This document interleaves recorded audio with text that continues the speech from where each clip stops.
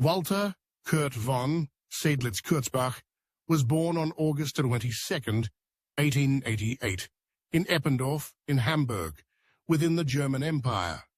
He was born into the noble Prussian Seydlitz family. During World War I, he served on both fronts as an officer. During the Weimar Republic, he remained a professional officer in the Reichswehr. From 1940 to 1942, he commanded the 12th Infantry Division of the German Army. When the division was encircled in the Demyansk pocket, Seydlitz was responsible for breaking the Soviet cordon and enabling German units to escape from encirclement. For this action, he was promoted to General of the Artillery and appointed commander of the 51st Corps. The corps was subordinated to the 6th Army during the Battle of Stalingrad. When the entire army was trapped in the city in the course of the Soviet Operation Uranus, Seydlitz was one of the generals who argued most forcefully in favor of a breakout or a surrender against Adolf Hitler's orders. On January 25, 1943, he told his subordinate officers that they were free to decide for themselves on whether to surrender. Friedrich Paulus immediately relieved him of command of his 3 divisions, the 100th, 71st, and 295th Infantry Divisions. A few days later, Seydlitz fled the German lines under fire from his own side with a group of other officers. He was taken into Soviet custody, where he was interrogated by Captain Nikolai Dyatlenko. He was identified as a potential collaborator.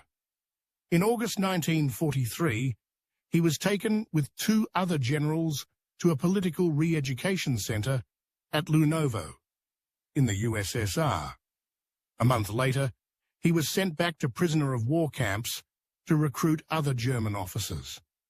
Seydlitz was a leader in the forming, under Soviet supervision, of an anti-Nazi organization, the League of German Officers, and was made a member of the National Committee for a Free Germany. He was condemned by many of his fellow generals for his collaboration with the Soviet Union. He was sentenced to death in absentia by Hitler's government. Seydlitz's idea of creating an anti-Nazi force of some 40,000 German prisoners of war to be airlifted into Germany was never seriously considered. In Germany, his family was arrested, part of the concept of Sippenhaft, detention for the crimes of a family member. Seydlitz was exploited by both Soviet and German propaganda. In 1949, he was charged with war crimes. He was put on trial for responsibility for actions against Soviet POWs and the civilian population while in Wehrmacht service.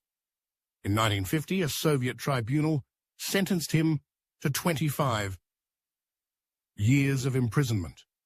But in 1955, he was released to West Germany, where in 1956, his Third Reich death sentence was nullified.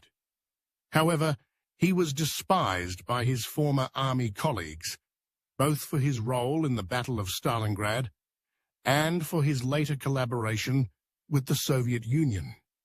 He was denied the restoration of his retired rank and pension by the Bundeswehr.